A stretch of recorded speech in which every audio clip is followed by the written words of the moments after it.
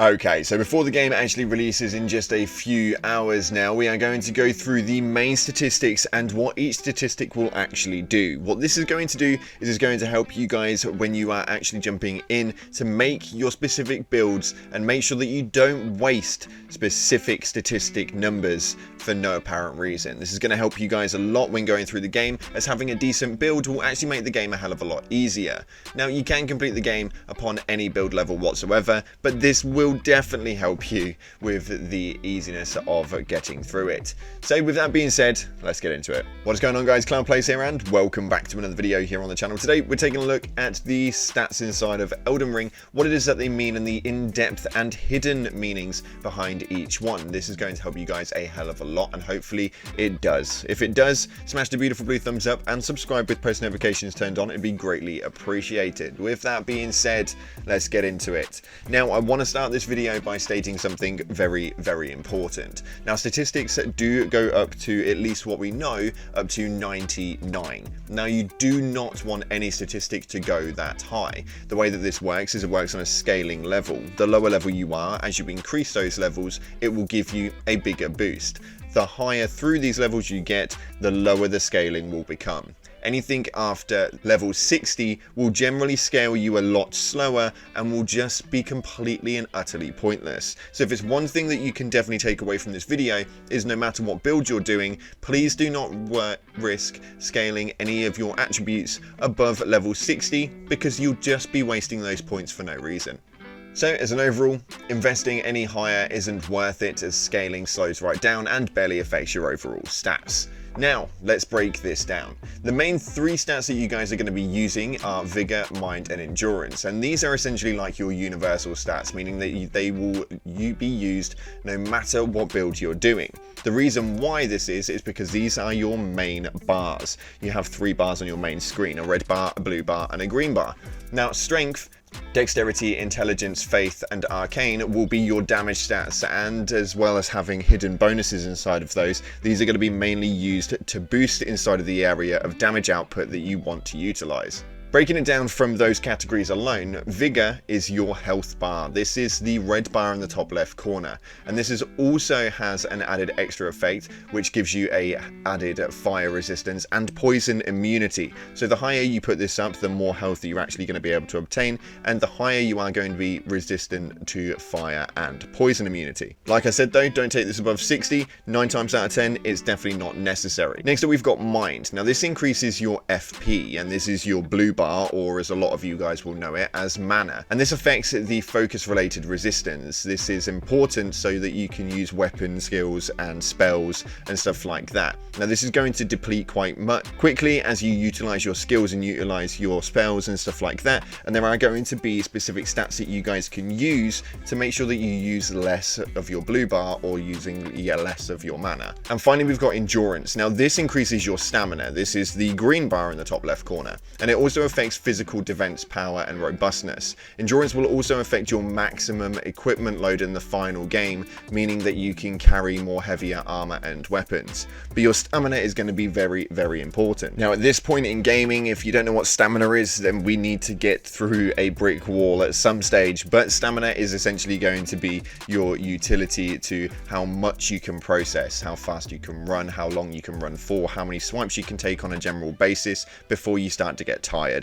That's the general concept of what that's going to do.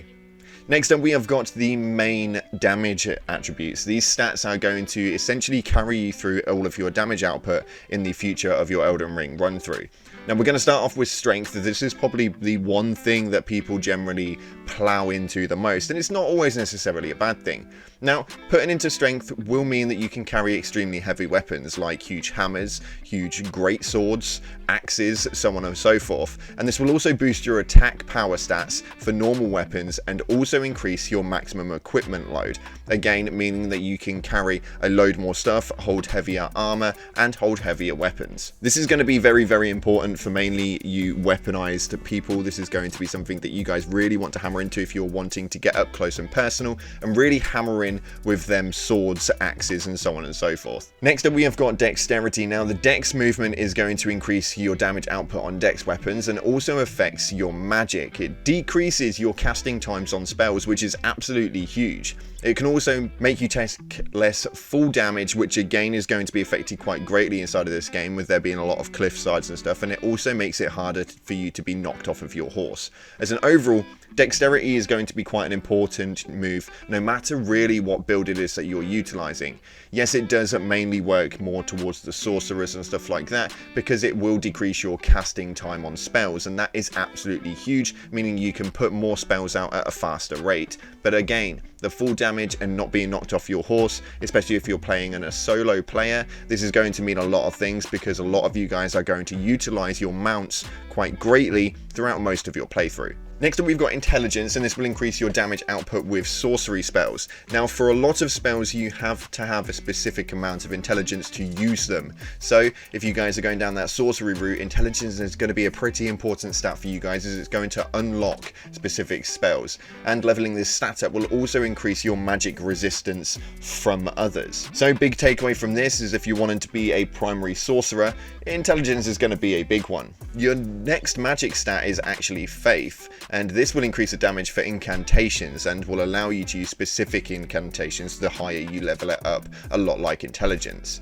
Now, unlike Intelligence, it doesn't increase any resistances whatsoever, so this one is going to be solely around incantations, and if incantations is something that you guys want to do, this is going to be something you really want to hone in on. And finally, we've got Arcane. Now, Arcane is essentially the bit of a black sheep statistic. The reason it's called a black sheep statistic is because it's often looked at as the useless stat. This is essentially luck, and it's mainly because this stat helps with discovery and increases your luck on finding loot in activities and around the general world map. It will also affect things like your death resistance and certain sorceries and incantations, but 9 times out of 10 this stat is going to be quite low no matter what build you are actually making. Now, this was just a general breakdown of all of the general statistics across your attribute points, and hopefully this has helped you make a bit of a more of a decision on what it is you're going to be putting into. Again, making sure that you don't put it above 60, because the scaling just doesn't get affected so much after that point. With some of these scales, you can find that it will max out at around 70 points as far as the overall numbers, but if you go above 60, it stops at like 62. So you'll find that the actual scaling from 60 to 99 is essentially only like 6 or 7 points in your main attributes, and it makes no difference whatsoever. Now, hopefully this has helped you out with making your general build, and if it has, or if it hasn't, we've also got another video where we go through the overall 10 classes and what main statistics to use inside of those classes to help you guys choose the build you want to take into Elden Ring later on today when it launches. Hopefully this has helped you out, and if you want load more Elden Ring content, make sure you're hitting that subscribe button with post notifications turned on. You'll find so much that's going to be coming to the channel with a load of videos already here. If you're interested in the co-op and PvP, you'll also be able to find the video at the end screen, and that's going to be a detailed breakdown of how that's going to work. Thanks again for watching, guys. I appreciate all of your faces, but if you haven't already, smash that beautiful blue thumbs up and subscribe with post notifications turned on. As always, I'll see you in the clouds.